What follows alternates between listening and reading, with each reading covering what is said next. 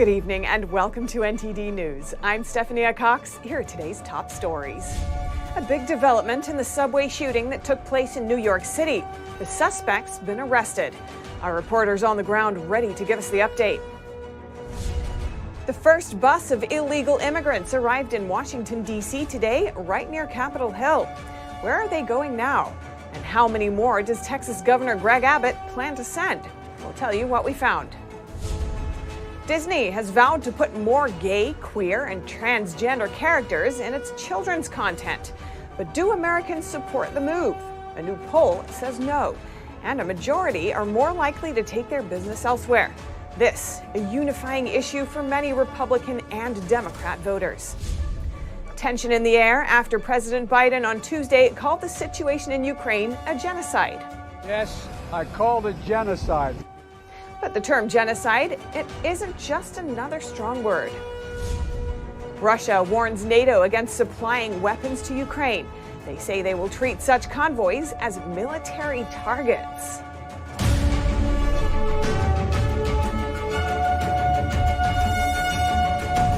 The suspect in the New York City subway shooting was arrested this afternoon. Authorities say he's been charged with a federal terrorism offense. NTD's Jason Perry is at the NYPD headquarters. Jason, can you tell us more about the situation? Sure, Steph. The suspect, Mr. Frank James, was tracked down today approximately 29 hours after the shooting took place. Authorities say someone called in a tip that led police to James's whereabouts in Manhattan's East Village neighborhood. Authorities then arrested the 62-year-old without incident. Here's the police commissioner speaking today. He was taken into custody without incident and has been transported to an NYPD facility. He will be charged with committing yesterday's appalling crime in Brooklyn. We hope this arrest brings some solace to the victims and the people of the city of New York. We used every resource at our disposal to gather and process significant evidence that directly links Mr. James to the shooting. We were able to shrink his world quickly. There was nowhere left for him to run. James is suspected of setting off smoke bombs and shooting 10 passengers on a subway car in New York City. Videos show him wearing a construction vest and a gas mask when he allegedly opened fire on subway riders. Authorities say the suspect left keys to a rented U-Haul van and a credit card with his name on it at the crime scene in Brooklyn. James rented the U-Haul van in Philadelphia and parked it on a street near the 36th Street subway station where the shooting took place. Authorities say the suspect fired 33 rounds from a Glock 9mm handgun, which authorities say James purchased in 2011. Police say the gun was later recovered along with 3 magazines, a hatchet, some fireworks, and a container of gasoline.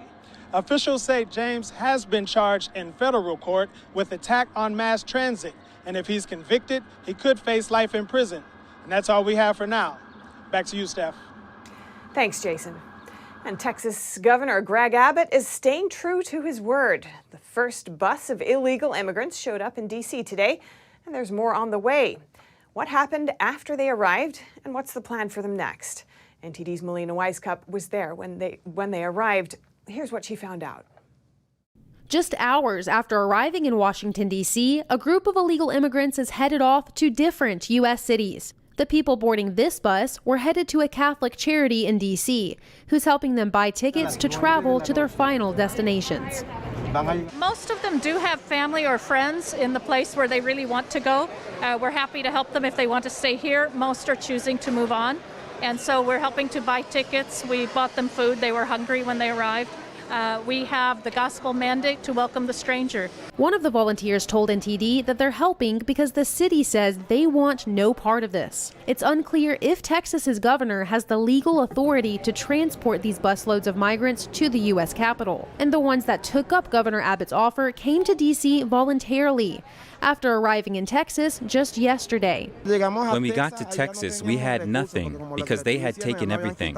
We heard there was help and a bus to Washington, and there would be someone to facilitate travel because in Texas there is no help. Right on this street is where that first bus of illegal immigrants was dropped off earlier this morning. About 30 of them were dropped off right here. And this location is quite interesting. Not only is it right at the doorstep of the U.S. Capitol, but it's also right in front of the Fox News building and the NBC building. And right down the street is Union Station, a popular traveling area here in D.C. where many of those immigrants went to kind of wait and figure out their next steps. We went and spoke to some of them to find out what their plans are now. I want to go to Miami. We don't have anyone to receive us there. We don't know anyone. We are alone. He's one of the few that are headed to Miami tonight. About 18 others stayed in D.C. with friends or family. Some now headed to New York. And they tell us their journey was long and rough. In Mexico, they robbed us of everything. The cartels and the police. They took our money, our things. My family stayed in Monterrey, as it is difficult to travel without money. I decided to travel ahead and work to send for my family, because my wife is there, my 5-year-old son. We started the journey on January 7th. We've been walking, not in a plane or anything, walking little by little. The point of sending them to D.C., Governor Abbott says, is to force the federal government to deal firsthand with the border crisis. This is only the first bus. Governor Greg Abbott says there's now another bus en route to D.C. Reporting in Washington, D.C., Melina Weiskup, NTD News. World Bank President David Malpass said on Tuesday that China could become the biggest economy in the world. It comes amid speculation about the stability of the U.S. dollar as the world's reserve currency. I spoke with economist Daniel Lacalle to learn more. Daniel Lacalle, chief economist at the Tressis Hedge Fund, welcome. The World Bank forecasts that China will become the world's largest economy by 2030. Is that possible? It is possible, but it is not likely. What the World Bank is doing is basically just projecting a level of GDP growth that not even the Chinese government estimates. And obviously, because as the Chinese economy becomes more developed, the level of growth is going to be significantly slower, and that's inevitable. So I think that it's going to be obviously a growing economy, but not necessarily the largest, and certainly not the largest in other elements, in other figures that are different than just GDP. Does the Chinese yuan pose a threat to the U.S. dollar as the world's reserve currency? The yuan is not a threat to the U.S. dollar as a reserve currency, and anyone can understand why. The yuan has capital controls, and its exchange rate is fixed. Therefore, the demand for yuan globally is very limited. Despite the fact that China is a very large economy, the yuan is only used in 2.7% of global transactions. So it cannot pose a threat to the US dollar if it remains as a currency that is in which the exchange rate is fixed by the central bank and where there are capital controls, because there is no legal security or investor security that will allow people to be comfortable to make transactions on a daily basis in that currency if the central bank or the government at any given point can decide to withdraw or freeze those funds. Why is being the world's reserve currency important for the U.S.?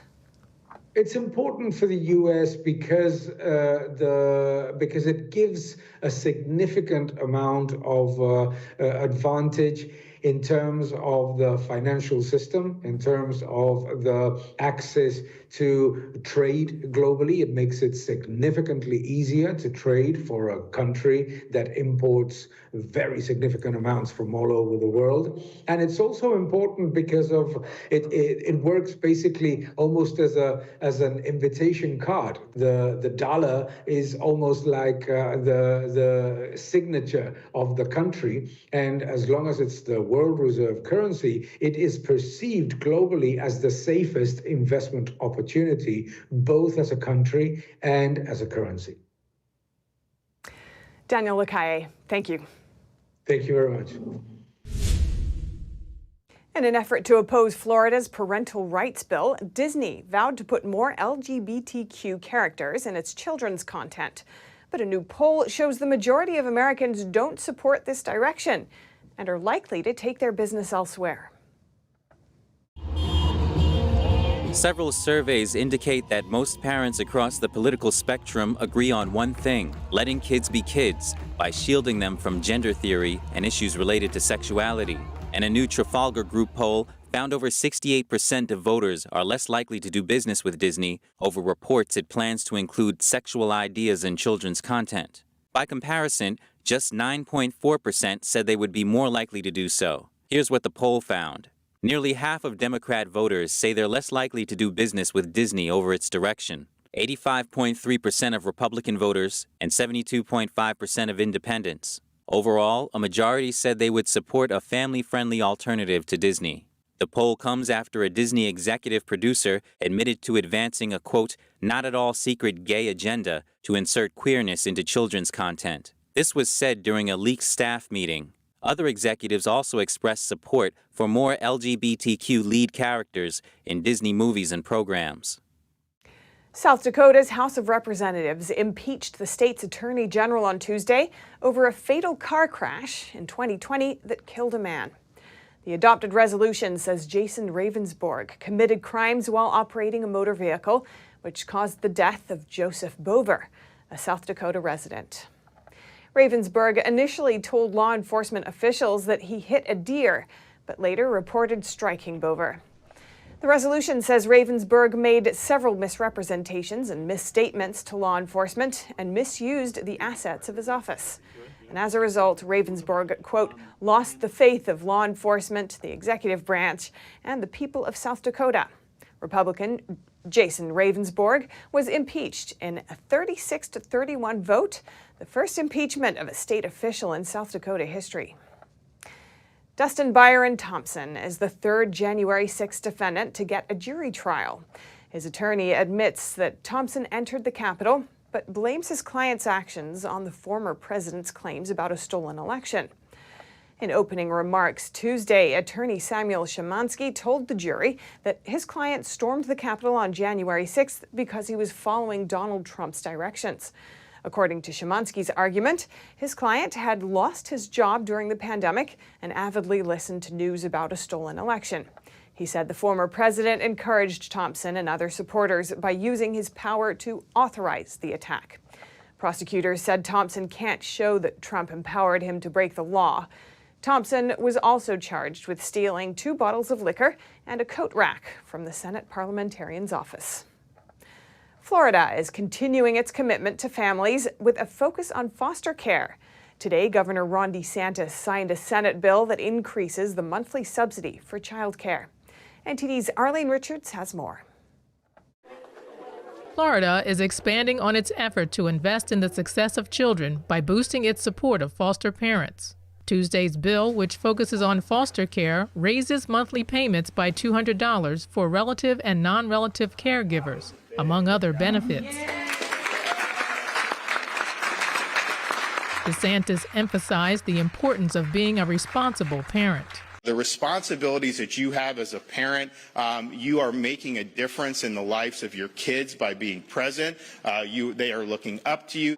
DeSantis also reflected on the bill he signed Monday to invest in fathers. We want to encourage that, particularly to have fathers involved. You see the statistics. When a kid does not have a father present in the home, the chance that they are going to drop out of school, get involved, trouble with the law, commit suicide, almost every negative indicator goes up dramatically when you don't have a father present in the home. Since 2019, Florida has added more than 4,000 foster families across the state. I am so thankful for what the governor and everybody else, because I don't know everybody's name, are doing for our children. Carlene Lawson, who has been a foster parent for more than 30 years, is grateful for the new law. The new legislation also ensures that children have access to early learning programs and expands eligibility to college tuition and fee waiver.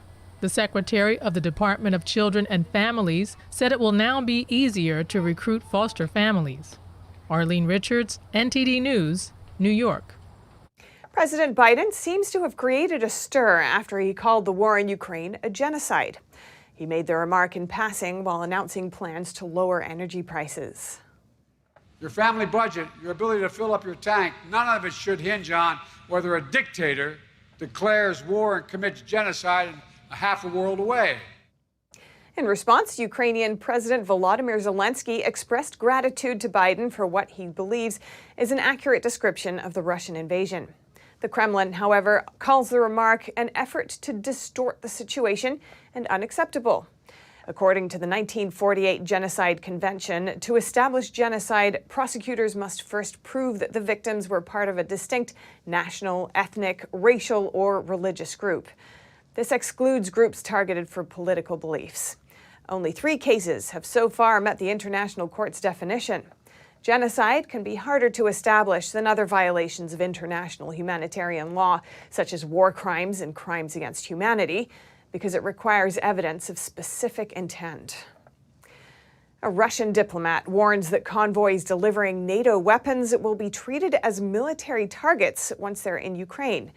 And the Russian Defense Ministry says over 1,000 Ukrainian troops have surrendered in Mariupol. NTD's Allison Lee has the details. Russia's Deputy Foreign Minister Sergei Ryabkov on Wednesday gave a harsh warning to NATO countries supplying weapons to Ukraine. He said, "We are warning that American NATO transports carrying weapons across the Ukrainian territory are considered legitimate military targets." The diplomat says Russia's goal is to make it clear to the U.S. and allies that Russia will respond to Western interference in Ukraine. The Russian Defense Ministry announced on Wednesday that over 1,000 Ukrainian troops surrendered in the southern port city of Mariupol. The city has seen some of the heaviest fighting since the war began. 1,026 Ukrainian servicemen of the 36th Marine Brigade voluntarily laid down their arms and surrendered. 162 officers and 47 female soldiers are among the surrendered personnel of the Ukrainian armed forces. If Russia were to take over Mariupol, it would be the biggest city to fall since the war began, and the city would connect the Crimea Peninsula with the Donbas region controlled by Russian-backed separatists. The mayor of the city gave an update on Wednesday. The things that are going on in the city now, the fact that Russia destroyed 90% of the infrastructure, bombed hospitals, bombed shelters, innocent residents of Mariupol, we believe that more than 21,000 have died. The Ukrainian president's office didn't immediately comment on the surrender. NTD cannot independently verify the alleged mass surrender of troops. Allison Lee, NTD News. Still to come, race cars, old-timers, family cars, and more. You can see all of that at the International Auto Show starting this weekend. We got a sneak peek.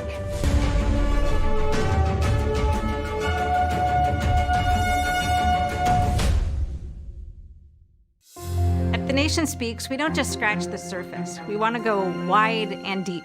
Our viewers come away with a much richer understanding of the issues of the day. We really make a big effort to bring on different voices onto the show. We don't just talk to experts and newsmakers, which of course are extremely important, but we also want to hear from the American people. So the people who are impacted by the policies and issues that we're talking about, because what they have to say is just as important to the national conversation.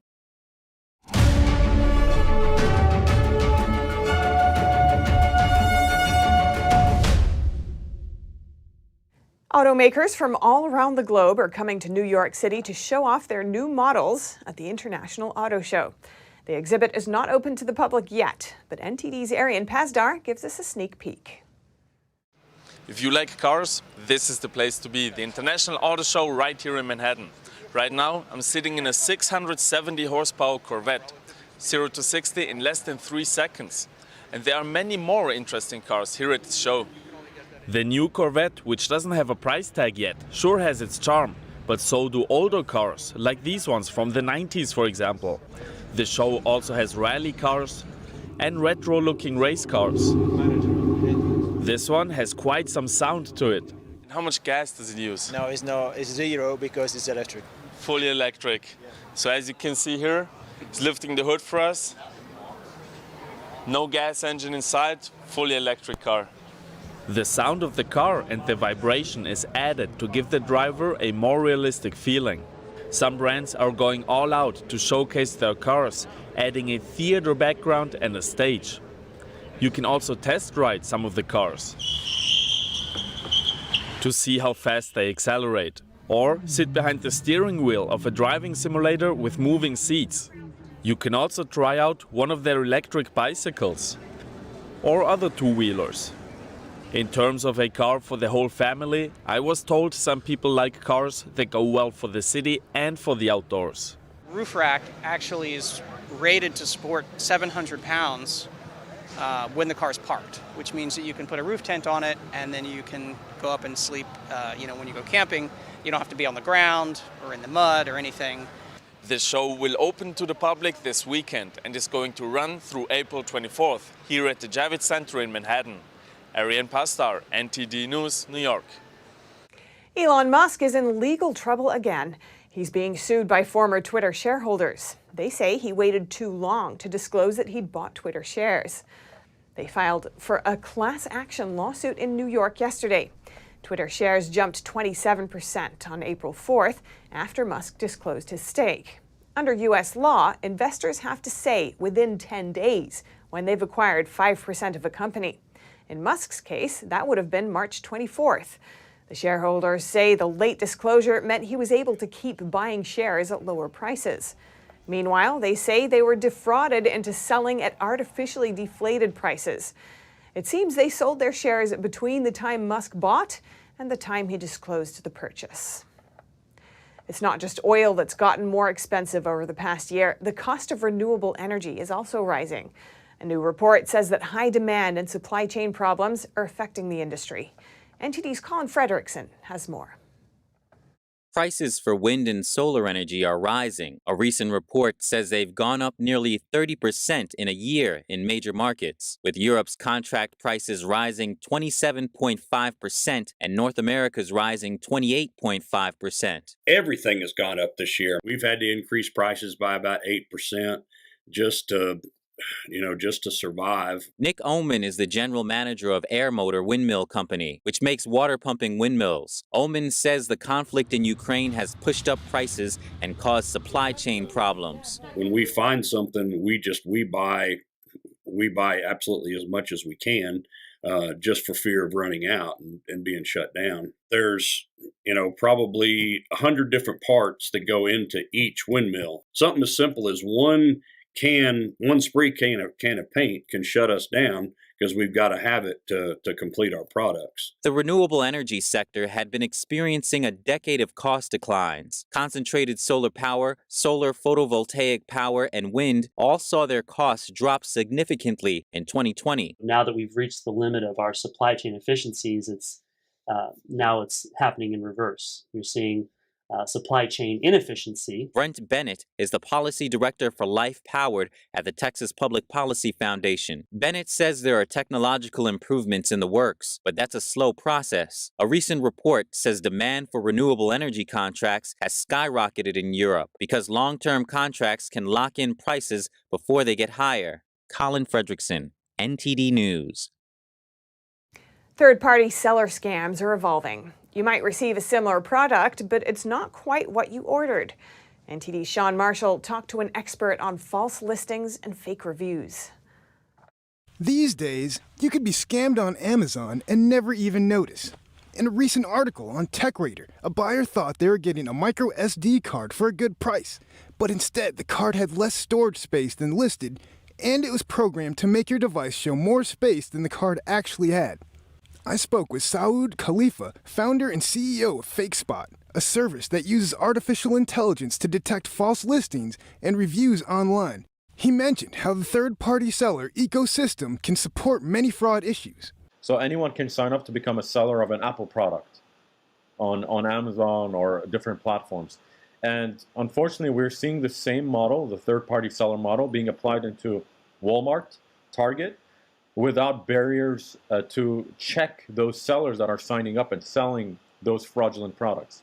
He also explained how it can be hard to catch newer scams like review merging. So reviews about a book will appear on a review for headphones. Makes completely no sense, but because those reviews have been validated by Amazon system, they appear on this new listing, and they add up to that 5-star rating at the top. I quickly found one of these scam micro SD cards myself. The only written reviews gave it 1 star, though it somehow got enough 4- and 5-star ratings to not have a noticeable problem. Consumers have to continually upgrade their scam detecting abilities, because the more Amazon fixes problems, the more scammers are forced to use better tactics. Sean Marshall, NTD News. And in golf, Tiger Woods may not have won over the weekend, but his presence was a winner for the TV networks following his return. CBS's final round coverage on Sunday averaged over 10 million viewers, which is the highest for any golf telecast since the same day in 2019 when Woods won the Masters.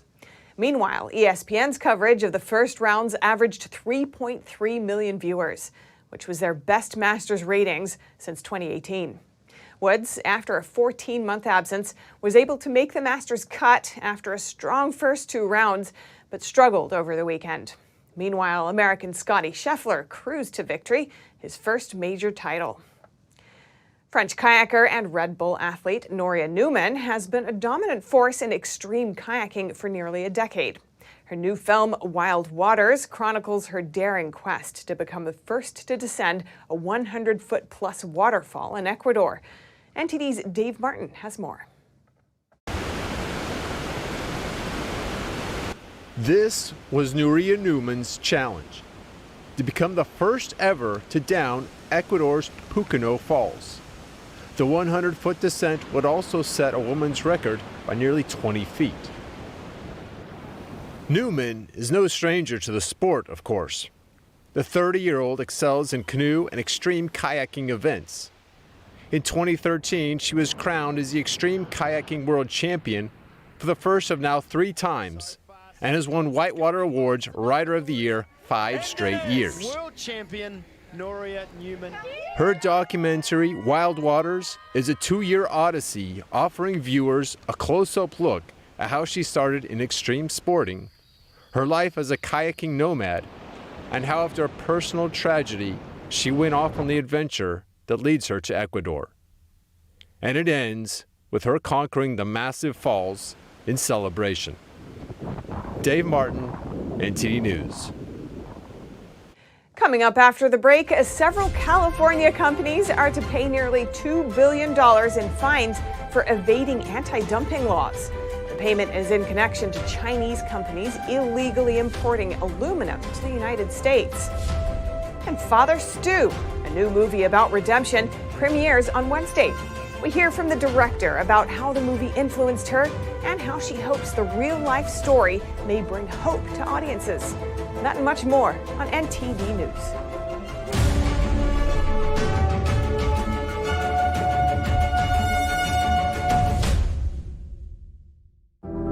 Secure, the true solution for your digital privacy and security. Secure is a private and secure messaging and email solution hosted in Switzerland, using military-grade encryption and Swiss privacy laws, giving you true privacy.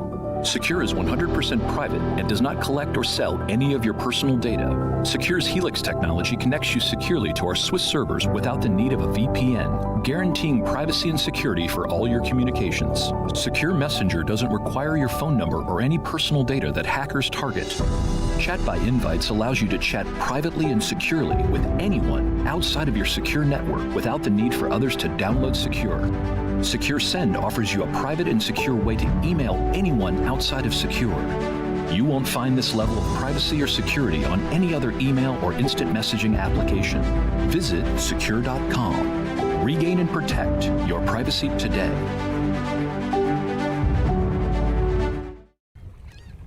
Oh, hey, doesn't it feel like there's communists everywhere? In fact, the Chinese Communist Party has been subverting America from every angle. So whether it's compromising our politicians, controlling Hollywood, manipulating Wall Street, or infiltrating our schools, they have stopped at nothing to take down America.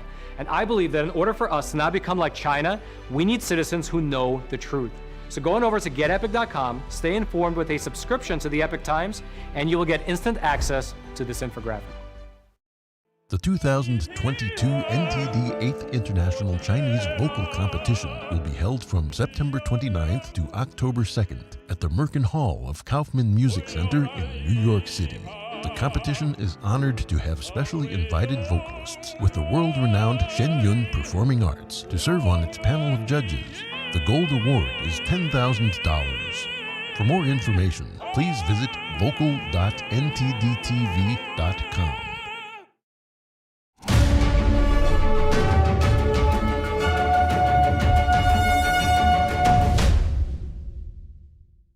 A group of Southern California businesses run by a Chinese billionaire was ordered to pay nearly $2 billion in fines for evading import laws.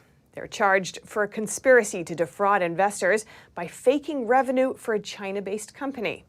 NTD's David Lamb reports. The Department of Justice ordered 6 Southern California companies to pay $1.83 billion for scheming to defraud the U.S.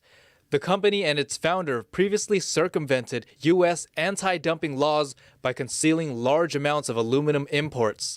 In a Monday statement, the department said the entities conspired with Chinese billionaire Liu Zhongtian and his co-defendants, where they orchestrated the bogus sales of aluminum to Liu-controlled companies in Southern California to falsely inflate China Zhongwang's value. Liu was the former president and chair of China Zhongwang Holdings, which is a publicly traded aluminum company based in China's industrial northeast.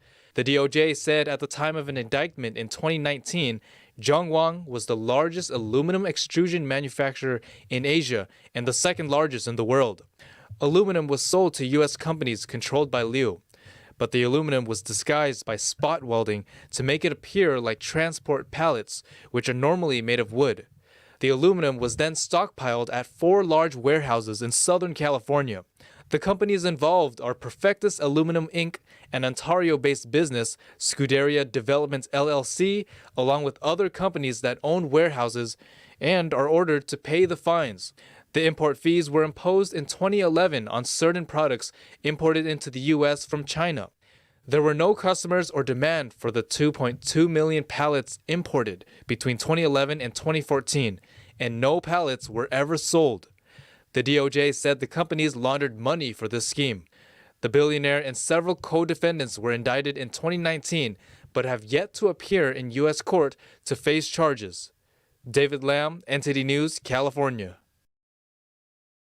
Los Angeles is reporting a rise in a very specific type of robbery: follow-home robberies. Police say the rising crime might be gang-related. Here's NTD's Cynthia Kai with the details. This is the new form of robbery plaguing Los Angeles. The woman saw thieves driving off with her car, prompting her to chase after her stolen vehicle. The woman is one of an increasing number of victims in LA of follow-home robberies. LAPD told the city's police commission Tuesday 5 follow-home robberies were reported in the last 48 hours. This is a circumstance where we have patrons that are in retail establishments, dining locations, businesses across Los Angeles. It's not any one particular area. But as they go about their day, as they go back to their car or they're on their way home in their car, there's been this instance of where they're being targeted apparently for expensive jewelry, watches, diamond rings, those type of ornaments.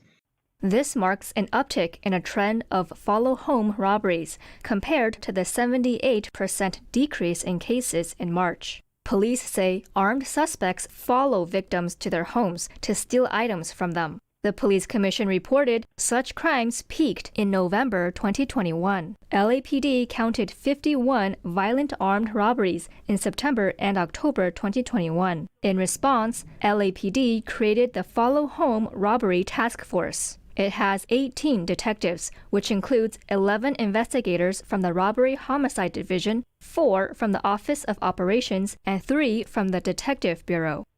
Our work will continue, that the task force will continue its work, as well as additional surveillance resources from our Metropolitan Division, our Gang Narcotics Division, and local area detectives in order to be a set of eyes and ears in our community, so that we're not just doing follow-up investigations in the aftermath, but we're prowling the streets.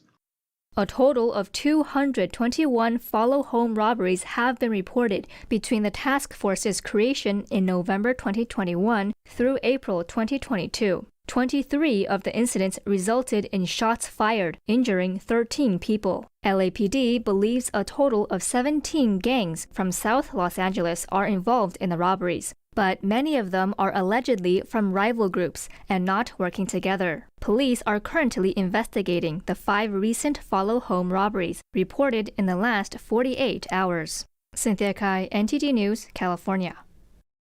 A movie about redemption and a second chance at life hits theaters on Wednesday. The director spoke about the message of encouragement and second chances that she hopes audiences will feel from the story.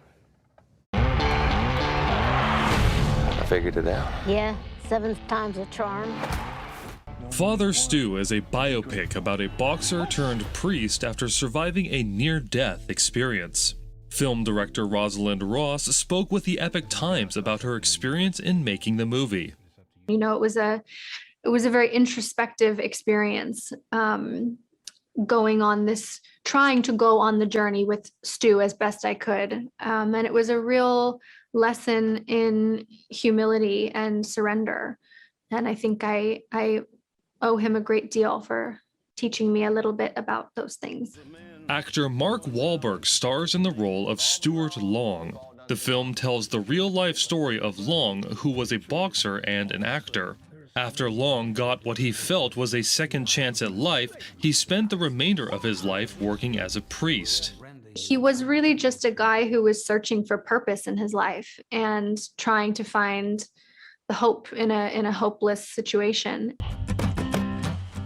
I'm praying for you, Bill. Don't you dare! You're violating my rights. Mel Gibson joins Wahlberg in the cast, playing Stu's father, Bill. Ross said she hopes audience members can feel the same inspiration and self-redemption that Stu brought to people around him. If it could only accomplish one thing, I hope it would be imparting the message to people that it's never too late to change or to redeem yourself. Father Stu hit theaters on Wednesday. The release was set to fall during Holy Week. Texas will no longer inspect all commercial trucks coming in from the Mexican border. Governor Greg Abbott came to an agreement with Mexican Governor Samuel Garcia today about the border with Nuevo Leon. In return, the Mexican governor has to increase security policies on his side of the border. And since Nuevo Leon has increased its security on its side of the border, the Texas Department of Public Safety can return to its previous practice of random searches of vehicles crossing the bridge from Nuevo Leon. The effect of this will be that the bridge from Nuevo Leon and Texas will return to normal, effective immediately, right now. The agreement modifies Governor Abbott's decision to inspect every commercial vehicle at the border. The policy met with backlash for causing serious backlogs for commercial trucks and badly impacting businesses. Staying in the Lone Star State, as schools and businesses across America are facing employee shortages, one Texas school district is doing something to attract teachers, going to a 4-day week. Here are the details. While some people look forward to having a 3-day weekend, one school district in East Texas will have 3-day weekends every weekend. The Jasper Independent School District will be going to a 4-day week starting in mid-October for the 2022-23 school year. District Superintendent John Siebold told ABC's Good Morning America that the new schooling model was brought on in part because of teacher burnout, which was further exacerbated by the COVID-19 pandemic. Siebold also said that the length of the school day will not be extended, and the new school calendar will meet the required minimum of 75,600 minutes that districts must operate. Teachers will also receive $3,000 as part of additional retention incentives. Siebold said, where we used to post a job and get no applications, now we're getting multiple applications for every position. So it's kind of worked so far. Coming up, the U.S. Secretary of State says the Chinese regime continues to commit genocide and crimes against humanity in Xinjiang province. And a French Senate committee is looking into testimony by 1,000 women on side effects of COVID vaccines, including a loss of periods and even infertility. That and more after the break.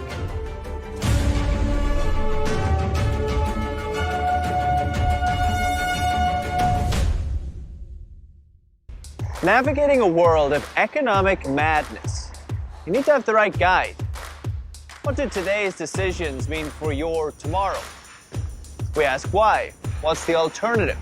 Uncover the deeper reasons and the hidden influences, and highlight the real opportunities for profit. At NTD Business, we connect the dots for you. Good evening. Thanks for joining us. NTD Business. I'm Paul Green.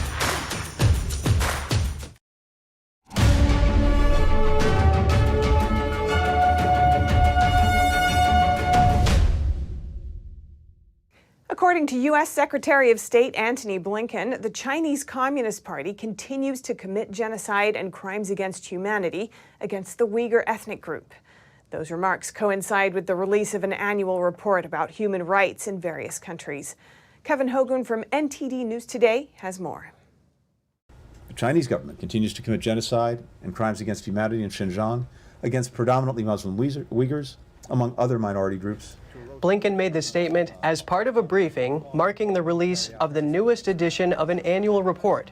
It's called the Country Reports on Human Rights Practices. The State Department publishes it to cover human rights issues. It includes details on 198 countries across the world. Blinken asserts that there is a recession of democracy happening in the world, and he said what the Chinese regime is doing is a key example of growing authoritarianism. That is what Blinken calls its mass campaign of repression and genocide against the Uyghurs. The report also described the CCP as an authoritarian state, and it said religious and ethnic minorities are still being persecuted in mainland China and other territories that the regime occupies. And speaking of China, a new report outlines attempts to undercut U.S. space efforts. The Defense Intelligence Agency published the report. It describes how China and Russia would try to counter the advantage the U.S. has in space. A defense intelligence officer explains why. Russia and China, our primary strategic competitors, are taking steps to undercut the United States and our allies in the space domain. Both nations view space as a requirement for winning modern wars, especially against Western nations, and look to prove themselves as world leaders. A defense intelligence analyst also points to the two countries' combined assets in space. He said they've grown about 70% in only 2 years. He outlines their ambitions. Both nations seek to broaden their space exploration initiatives, together and individually, with plans to explore the Moon and Mars during the next 30 years. And if successful, these efforts will likely lead to attempts by Beijing and Moscow to exploit the Moon's natural resources. What's more, he said that Moscow is now developing a missile that is able to destroy satellites and space vehicles. One of Apple's major iPhone suppliers has been forced to shut down operations in Shanghai. NTD's Don Ma brings us more. China's lockdowns could now be affecting iPhone production because more than 3/4 of all iPhones are manufactured in China. This could be a risk for Apple if a manufacturing facility were to shut down. Pegatron, for example. On Tuesday, the major Apple iPhone supplier said it's stopping operations at its only 2 factories in Shanghai and Suzhou. Pegatron makes around 1/5 to nearly 1/3 of all iPhones. Business lecturer Jeff Hook at Johns Hopkins University says this could affect the output of iPhones. Pegatron's one of their bigger manufacturers/suppliers, so that's going to affect the number of phones that Apple can produce. It's exactly hard to say. We don't know how long the shutdown's going to last. If the Pegatron shutdown does affect iPhone production, the next iPhone could be more expensive for you. Anytime there's a shortage of a product, and the demand doesn't change, meaning the price is going to go up, unfortunately, for consumers. Apple likely won't move its iPhone manufacturing out of China, says Hook. Expenses would have to go up 15 or 20%, if they were to make the phone in America instead of China. Other than Apple already having the infrastructure in China, the wages there are much lower than the U.S. Don Ma, NTD News. In France, around 1,000 women have submitted testimonies to a Senate commission investigating the side effects of COVID vaccines. The women say they're suffering severe health conditions, including internal bleeding, the disappearance of menstrual cycles, and even infertility. NTD's France correspondent David Vives talked to the founder of an advocacy group that aims to expose these issues. Melody Ferron says her periods have stopped since she had the COVID vaccine. After witnessing similar cases in her environment, she decided to create an Instagram account to give a voice to women who suffer from unusual health conditions following the jab. As of today, she has received around 1,000 testimonies. I have examples of women who have not had their cycles for over 9 months. We have very precise medical reports on that. A lot of parents also call me in a panic about their daughter's menstrual problems. She registered these testimonies as evidence with the Senate committee investigating the vaccine's potential side effects. We were heard by the Senate as part of an inquiry into the side effects to bring up the importance of the dramatic impact that vaccination can have on fertility. Many women can no longer have children. There were cases of heavy menstrual bleeding or the complete absence of periods. Her lawyer, Diane Protat, says the changes to women's menstrual cycles are some of the most serious she has ever encountered. There are 137,000 reports of side effects in France. Among them, the fifth most important is menstrual disorders in women. A total loss of menstruation, young girls who no longer have their periods, whose breasts wither, and women who lost their fertility completely. According to France's national agency responsible for the safety of medicines, authorities have recorded more than 110,000 adverse reactions to COVID vaccines. 24% of them are very serious. But the agency denies there's a link between the jab and menstrual changes. Protat says health authorities haven't looked into this issue properly. Earlier this month, Protat participated in a meeting with the gynecologist Laurence Kaiser and member of the European Parliament Virginie Joron. Kaiser says these are conditions she's never seen before in her patients, and that scientists seem to not want to recognize what's happening. According to a study on the monitoring of adverse reactions, only 5 to 10% are usually reported, which makes it more difficult to know the scale of the problem. On top of that, Protat says it's a taboo topic. This is something unheard of in France and even the world. Hundreds of people are calling my office to sue the pharmaceutical companies. I do not understand why the French authorities are turning a deaf ear to the call of women. She says authorities shouldn't have made the vaccine mandatory to minimize the risks of side effects. David Vives, NTD News, Paris. Coming up, as Easter approaches, one chocolate maker in the UK is taking a sustainably sourced approach to crafting chocolate eggs. And the world's oldest gorilla celebrates her 65th birthday at the Berlin Zoo. Zoo staff say she's somewhat of a legend there. Find out more in just a moment here on NTD News.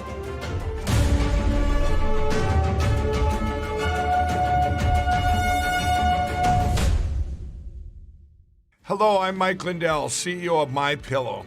Retailers, shopping channels, and now even banks have tried to cancel myself and MyPillow. During these times, your support has meant everything to us. So my employees and I want to personally thank each and every one of you by passing the savings directly on to you. We're selling the best products ever for the best prices ever. For example, we have my towels with proprietary technology, which makes them soft and absorbent. Towels that work, what a concept. They're made with USA cotton and come in a variety of awesome colors. My 6-piece towel set is regularly $109.99, now just $39.99 with your promo code. So go to mypillow.com now and use the promo code on your screen or call the 1-800 number below to receive this exclusive offer. If you do it right now, I'm going to include a free gift with your purchase. Thank you and God bless.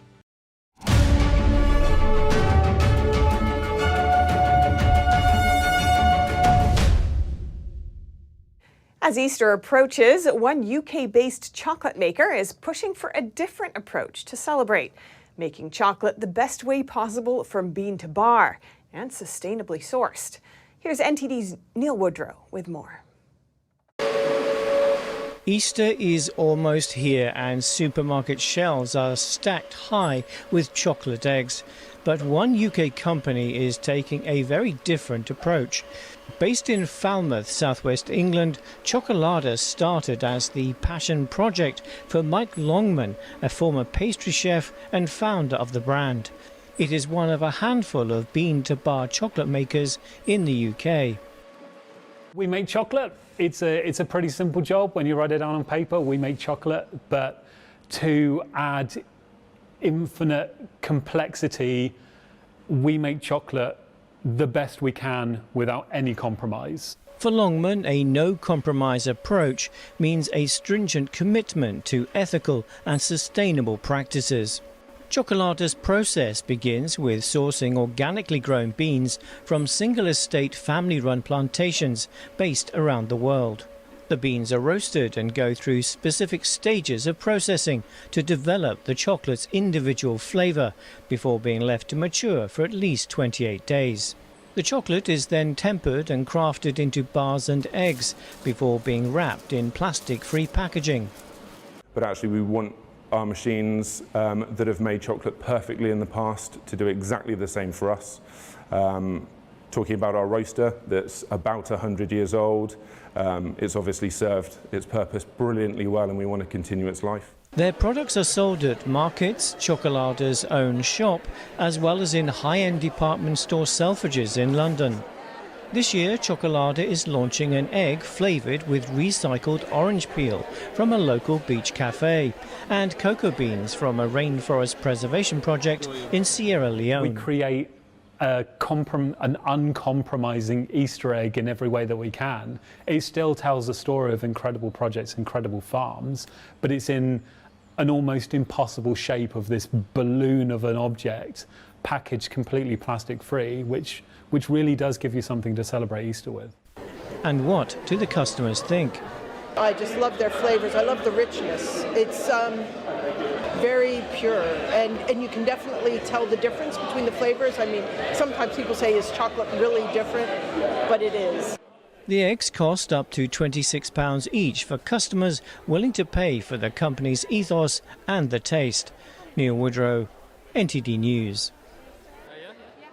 And another eco-friendly news, could the future of housing be living inside pods?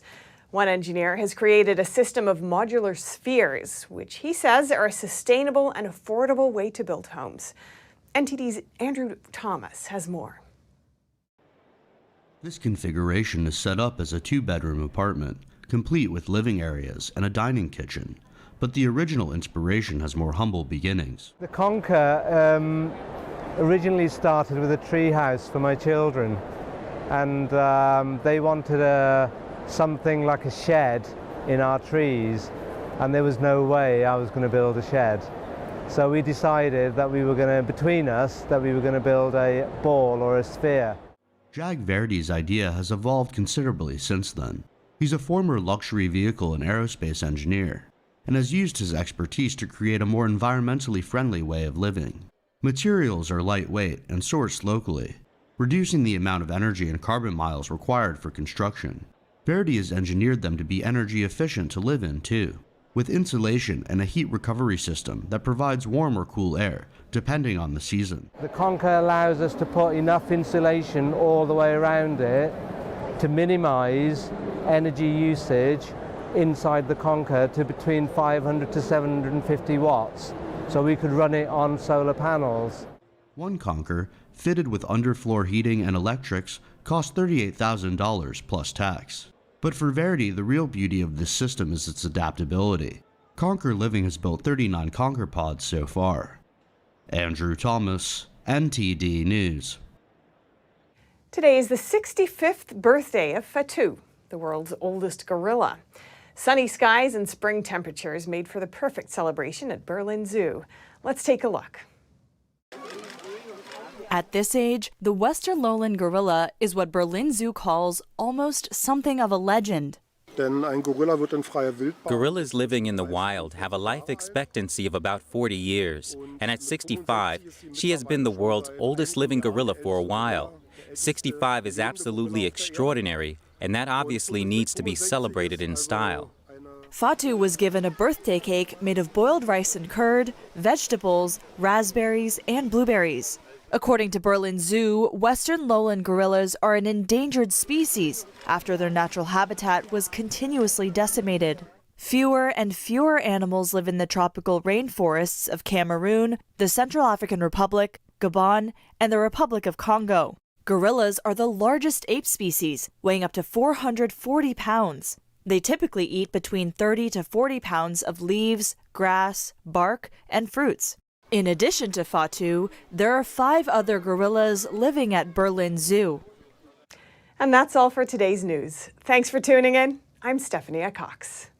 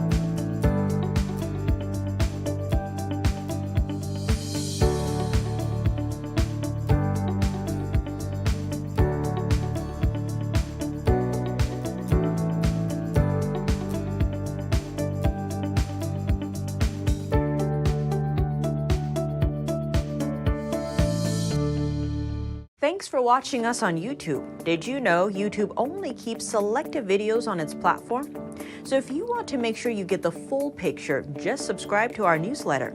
Go to newsletter.ntd.com and sign up. It's free.